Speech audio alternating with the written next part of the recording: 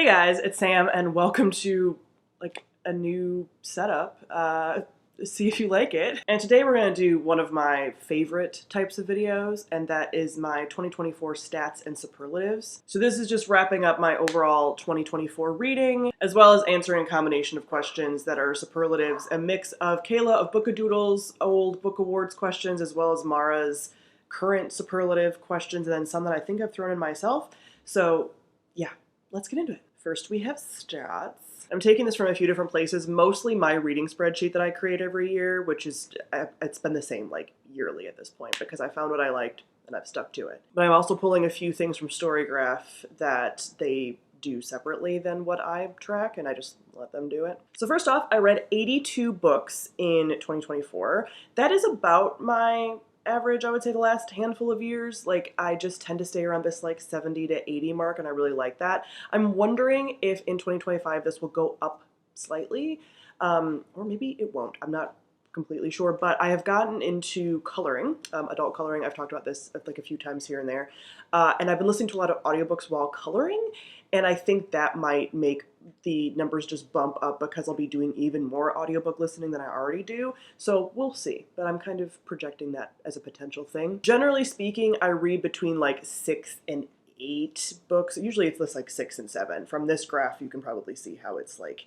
usually about 6 or 7. I read the most in October, which I don't really know why that happened. But page-wise, my most pages were in January, and that's because I read Way of Kings and The Day of Fallen Night in January. Oh, in addition to other things. Like, I read 7 books, 2 of them being 1,000-page honkers. So, but a lot of months I got really close to this, like, 3,500 word count thing. As far as my types of reading, majority standalone, but not by like a huge margin. 57% standalone, the rest being some kind of series. 7 books were rereads, which is nice. I kind of dig that. I mean, I can't always do that. A lot of that was rereading so that I could continue with the series, which is leading into all of my like TBR and series goals, but still, I like rereading some stuff. It's fun. Then I only had 4 DNFs, which is nice. I will be doing a video on like my worst books, and those will basically be my DNFs. But I didn't really feel compelled to DNF a lot of things this year. The things that I did, I think, again, I wouldn't have liked, and it would have pulled my overall rating down, but you'll see when I get farther into this video that my overall rating this year was like pretty high. I think I've just gotten to a place where I'm like, I'm only really reading what I like. I've stepped way back from like reading of some of the hyped things, which I'll also get into, and so I think that's just making it so that I'm mostly reading like enjoyable things for me, and that's kind of, I would say, neither good nor bad. Obviously it's good that I'm reading things that I enjoy, but I think there is something really fun about still participating in some of the like what's hyped right now. But I got so overloaded with, I don't know, not even TikTok hype, because it's not like I even followed all of that, but just like the constant inundation of other people's opinions. And so I've really, like I said, stepped back from some social media this year. Not BookTube. I would like to get more BookTube. I just can't exactly find creators that I like super love, besides the people I've been following for a while. So yeah, I would love more BookTube content, but just like the recommendations that I was getting in other places, other platforms, were not working for me. So stepping back in 2024 really worked. And I read majority Backlist in 2024. As far as genre, none of this is super surprising. 56% fantasy, duh. But like, I think in the past it's been way higher. So this year I read more nonfiction and witchcraft books. Those technically fall in the same category, but like I separate them. So the nonfiction and the witchcraft almost got to like 25%. So you could say like that's 25% nonfiction, which is way more than I've done in the past. I read way more nonfiction this year. It's still not a huge number compared to some people, but I was reading a lot more like audiobook, nonfiction kind of stuff. And I do say that I've bumped up my sci-fi a little bit, almost 16%, 15.9. But I keep saying year after year I want to read more sci-fi, and I think that I did this year. Yeah, the rest is just like a smattering of books here and there. So here's what I was talking about before with like stars given and my average star rating. This spreadsheet doesn't give me my average star rating when I talk about Storygraph stats, which actually I could pull that up right now. Because some of the stats that Storygraph tracks complement the stats that I track really well. So yeah, average star rating was 4.07. Now, Storygraph is going to track a little bit better than my spreadsheet, because my spreadsheet is only whole numbers, and in Storygraph you can do like the decimal kind of things, 0.25, whatever. So it's not going to look exactly correct, but again, average with my correct, precise ratings on Storygraph is going to be that 4.07. But yeah, this year, no 1-star books, because I would have DNF'd anything that would have been a 1-star. And I also chose specifically to not read some things that I wouldn't like. Book club choices. There was a few book club places and I was like, I'm not going to like this. And I'm not reading it. And therefore I didn't have any 1-stars. I only had 3 2-stars, and those were, again, all books. I'm pretty sure, I don't think there's anything that I read that I was like, oh, I don't think I'm gonna like this or whatever. Nothing that was like hate read or anything this year. So the 3 2-stars were like truly disappointing for me. 20 3-stars. So 25% of my reading was 3 stars. 47% of my reading was 4 stars. That's 39 books. And then 20 books for 5 stars. So about 25% of my reading was 5 stars. 47, almost 48% of my reading was 4 stars. So yeah, nearly 75% of my reading was 4-star and above this year, which I think is great. Like I've said before, hey, I like a bell curve. I'm okay with most of my books falling in the 3-star range, and I am, but I generally liked everything that I was reading for the most part. Obviously, there's a few outliers this year, and that's nice. That's nice. I like that. I think there's also something that's been happening, which maybe I'll make a whole video on this. Let me know if you want to know like my thoughts. I haven't fully fleshed this out. I literally just thought of it, but I do think there's something about like the quality of what's coming out and being able to like better assess like some of those extremes and being like, I'm definitely not gonna like this. Like, I don't know. I feel like the backlist I'm reading is pretty predictable, and because I'm not reading some of the new releases, I'm not getting some of the crap that people are having to sort of like sort through, and the lack of editing and all the stuff that's like been happening, especially in sort of like the speculative spaces. So yeah, I've been having a decent time with my backlist books. As far as where I read things from, this is also really interesting. Really big Libby user, and have been and continue to be. I feel like the Libby just gets higher and higher, and that's where I tend to read all of my ebooks and audiobooks. Primarily audiobooks, because I read mostly audiobooks versus ebooks. So 40% Libby, and then the rest was either stuff that I bought myself, about like 22% of what I bought myself, 16% I got sent from a publisher at some point, and then 22% I was gifted. Like I tend to ask for books for holidays, birthdays, things like that, and so a big portion of my TBR as far as physical copies of things are things that I asked for. I would say that the bought category is actually most of like the nonfiction witchcraft books. Like those are books that I tend to buy for myself. Most of my fiction stuff tends to be gifted to me from like friends and family, or again, I get it from a publisher. Now the format of books read is also like interesting, but makes sense to me. But these numbers have gone up so much in like recent years. 42% audio. I am nearly half audiobook. Wild. I mean, that makes sense. I always have an audiobook going at this point, but yeah. And I think, again, that number might go up in 2025 with all the coloring. Then 39% physical. I read a few things in the multiple category. That's when I was like kind of going back and forth, like listening and reading physical copy, or like listening while I'm physically reading it, like that. There's a name for that, like immersive reading or whatever. I did that a few times. And then only a few ebooks and a few arcs here and there. I thought Storygraph gave you your amount listened. I thought, but I'm looking through this and I'm not seeing it. It's just giving me like my longest and shortest book by audio.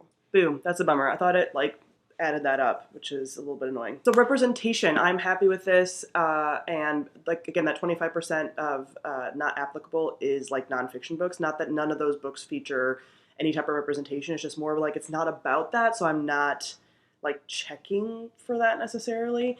I think there might've been cases where I did, if it was about like something specific. I don't think I did though. So most of this, like almost 50% of my reading has like multiple forms of representation in it. And this, I've like tracked it a little bit better this year, I think. And because we had talked, I think it was last year, about how my representation numbers were really high, but my like reading from people of color was like lower than I thought it was based on the representation and things. This is still not like a 50% people of color reading either, but that number has gone up, and so I think that all of this representation stuff is a little bit more accurate. As far as age range, this hasn't changed a lot, but I will talk about this a little bit later when I talk about like the Superlatives Book Award stuff. 90% adult, 9.8% YA. I'm happy with that. This is what I just discussed. So author race, person of color versus white. I almost got this a little bit higher. I was so annoyed. But 28% people of color, 72% white. That's still really high, but for me that works. I want to just at least be like hitting / exceeding the percentage of like people of color that are published, so that it's like reflecting the publishing numbers, even though those are lower than they should be. Like if you're pulling from published things, like it's gonna be skewed like that. I almost got this a little higher because I was literally reading 2 books by people of color when the year ended. It's just like, ugh. So I almost got it. So I was also planning on reading 24 books by people of color in 2024, and I got to 23. Again, it was almost there. So yeah, just annoying. But happy that this number has gone up. In the past, I thought I was doing better than I was, and now since I've made it like more intentional, I've had like reading challenges that are on Storygraph, so I can be like, hey, you want to get at least this many, so that I'm being a little bit more mindful about that. It's not that I'm not mindful about that. Honestly, most of my shelf is like pretty, not completely evenly split, but I would say like 40-60 for BIPOC authors. So yeah, it's not like it's impossible. It's just sometimes like I will get on a certain series, and that's maybe by a white person and whatever, and so that it's kind of skewing things based on like series read and stuff. Anyway, so this is better than it was. I'm happy about that. As far as books that I like bought, borrowed, or owned, again, that bought number, 11%, is likely some of the nonfiction witchy books. And then borrowed 32%, and owned 56. So as you might be like, wait, you read a lot from Libby. Some of the books I listen to on audio, I also own. So I will mark those as owned books that I've listened to, even though I'm borrowing them from Libby, right? Because sometimes I have a physical copy and I'm like, actually, I'm gonna listen to this on audio. And so then, yeah, but it's an owned book in that capacity because I'm getting it off my TBR. As far as author status, read before versus debut versus new to me is almost like 50-50.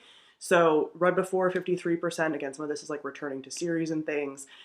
Debut was 20, and new to me was 25. And I like that. Again, that's a good spread. And then author gender, a little bit more men this year, which like, okay, like I think because I've read a couple like series and stuff by dudes.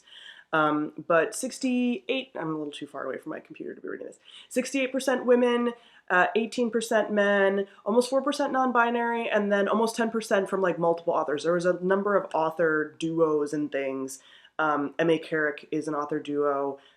James S.A. Corey, who wrote The Expanse, is an author duo. So there was a lot of like multiple authors with like series and stuff. So yeah, those are my stats, and I'm quite happy with that spread. Again, with like mostly picking books that I really enjoy, and all of that kind of working out. Sometimes it feels like maybe there's not like standouts then because you're not having the high highs and the low lows, but I'm kind of fine with like generally enjoying most of what I read. That does not bother me. So now for the book awards, just to wrap that up. Most of these I tried to pick from things that I haven't already talked about, but some of them I just couldn't because it was like, hey, they're a favorite because they were in like a favorite book. But just a few like, you know, sort of unexpected things that happened this year or whatever. So favorite protagonist, definitely Anna Kuss from To Shape a Dragon's Breath. I talked about this in my favorites video, and her just like, Mari talked about this in her video talking about To Shape a Dragon's Breath being one of her favorites, but Anna Kuss has a flat arc, and that means that instead of her like having to grow and learn and whatever, she like knows who she is, and the plot is sort of establishing how much she is like set in her goodness and like her identity and stuff, and the people around her growing, not necessarily because of her, because that sounds like an emotional labor type thing, but just like learning from her sort of like goodness and stuff. She's great. She was such like an unexpected character for me, and yeah, I adore her, and I can't wait to get back to that world when there's more books. Favorite friendship was Adney and Gundhild from The Weaver and the Witch Queen by Genevieve Gornichek. These two like sort of blood oath sisters who come back together as adults and had very different lives and then have to kind of team up, and each of them bring a different perspective because one has become a sorceress and one has just like stayed in the village. And yeah, but their friendship is just like so beautiful and supportive and lovely, and I adore it. Prettiest cover, I've mentioned this in many recent years, and I was actually just talking to my partner, also named Sam, about this recently, that like covers are all pretty now. Like there's really not a bad cover. Oh, I have a video coming up talking about covers and special editions, by the way. I'm gonna make a note of that. But as far as prettiest cover, like most covers are pretty, but I think The Hurricane Wars by Thea, it's either Thea or Thea Guanzon. Was this a Fairy Loot edition? I don't remember.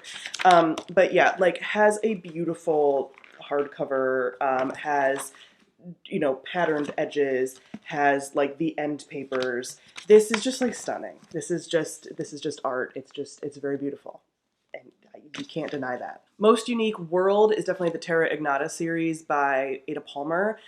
This is so weird, and it's like a utopian world that has basically made it so they don't have any war and very low crime and all this stuff. This is like hundreds of years in the future, and the way that this world is now set up with different nations kind of based on values versus actual physical places families that are found, families picked, families versus blood related, although some of them still are, the ways they view gender and religion and all of that, and like just the way that humanity is kind of changing and dealing with all those things.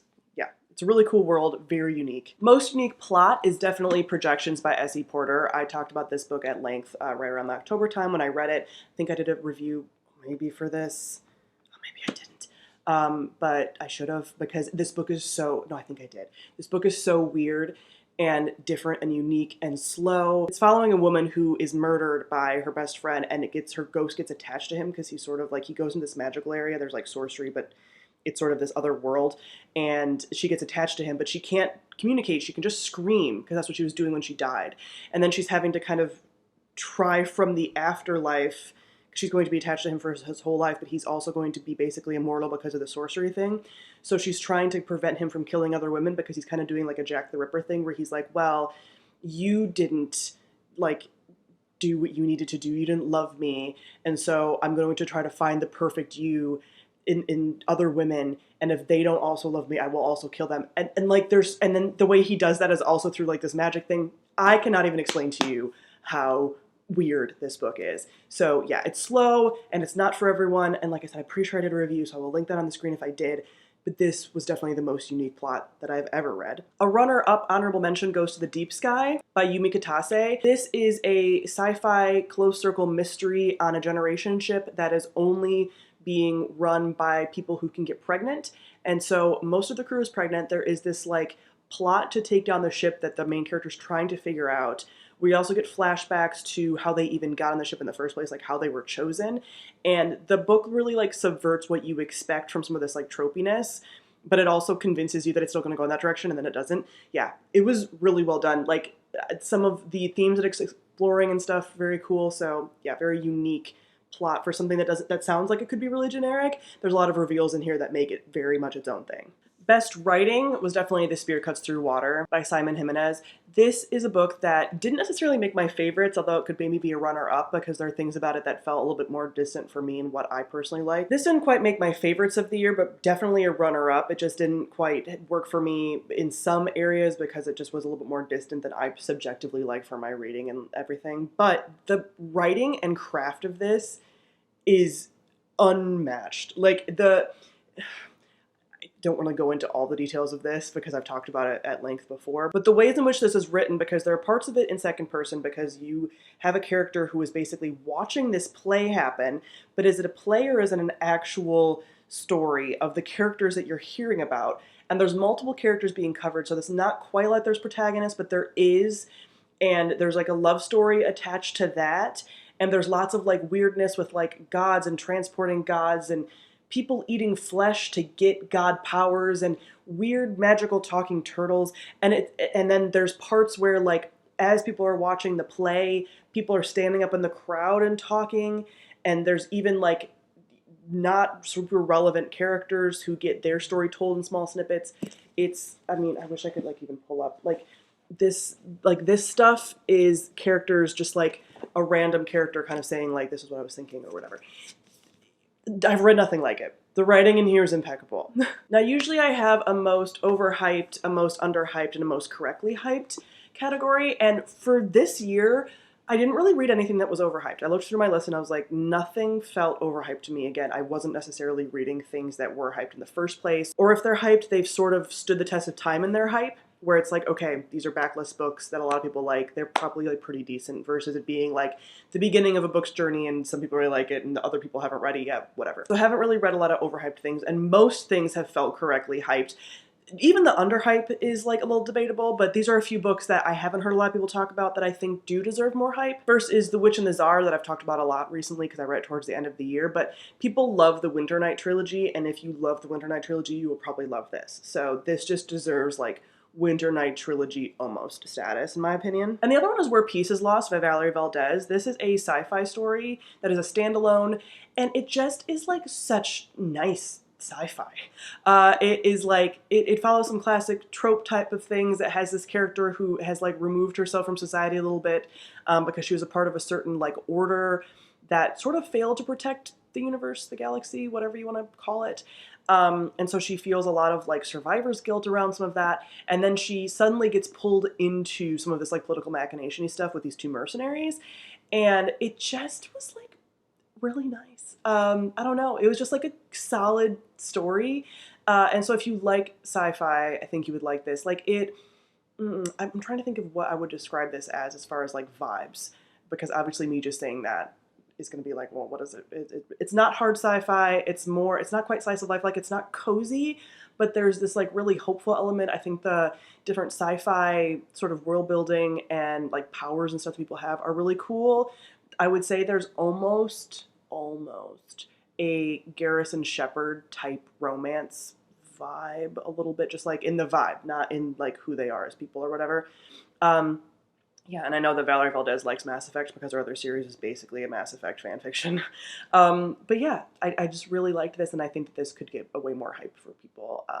I would also love if there was more books in this world. It was really cool. Favorite new to me author, obviously Monique Black Goose. I can't wait till they come up with more things, please. And also Rebecca Ross. A lot of people have talked about Rebecca Ross the last handful of years, and I haven't really gotten into her until this year when I read the like Divine Rivals. I don't know the actual series name. But yeah, so I'm going to go back and read some of her backlist that people have also enjoyed, and I'll just kind of be keeping my eye on her because I quite enjoyed her writing. Then favorite trope. There's not really a favorite trope that stands out to me as, oh, I read a lot of this year. I will say the thing that sort of carried over from last year is a little bit of that like sentient house, sentient place things. Like I read a few books that had a sentient house or like a sentient library popped up this time. So that continues to be a trope that I really like, but what I will say is, and this is less a trope and just like sort of a theme, I read a lot of books this year that had unexpected angles that they were taking. So like, I've read a lot of fantasy and speculative throughout my life, and so I kind of know a lot of beats of books and like expectations and things, and I think a lot of things that I read this year, while they weren't necessarily plot twists, it was still like they went in a different direction than I was expecting from what we've had for a really long time. So that was a theme that came up that I wasn't really expecting, and that was very nice. And then biggest surprise, honestly, I didn't have a ton of surprises because I was expecting to like a lot of what I read, but the biggest surprise was actually Hurricane Wars. Mari, if you're watching this, I'm so sorry. This is not a favorite, this has flaws, but I went into this being like, okay, a friend of mine gave me this book because they're like, I'm not gonna read it, and I was like, or they did and they didn't like it or something. And I was like, oh, I'll keep it on my shelf, but I don't know if I'll really like it. And then I read it and I was like, I enjoyed this. Like, I enjoyed this enough to like get the second one. I liked it. Yeah, like I know a lot of people are like, oh, it's Raylo fan fiction. To be Raylo fanfiction, you actually have to like follow some of the beats. Like apparently this was based on Raylo fanfiction, and I don't know what the actual fanfic was like. But if you didn't say that, you wouldn't be like, these two are Raylo. They aren't. Like it's, so I do think it's its own thing. And yeah, like I was like, oh, I'm not gonna like this. Like a lot of people that I know that have a problem with romantasy didn't like this, and I did. So like fully expecting this to be like a 1 or 2 star or a DNF or whatever, and then I read the whole thing and I'm gonna read the second one. I don't know. Sometimes a win is a win. Another thing that I will just say overall as a surprise is just the YA that I've been reading. Again, because I've gotten so much more specific with the YA I'm reading, this is not entirely surprising. My YA consumption has gone way down, so the things that I am reading I'm really enjoying, but most of the YA that I read got 5 stars from me. Again, probably because I'm not reading all of it and I'm not reading all of the hype stuff and whatever.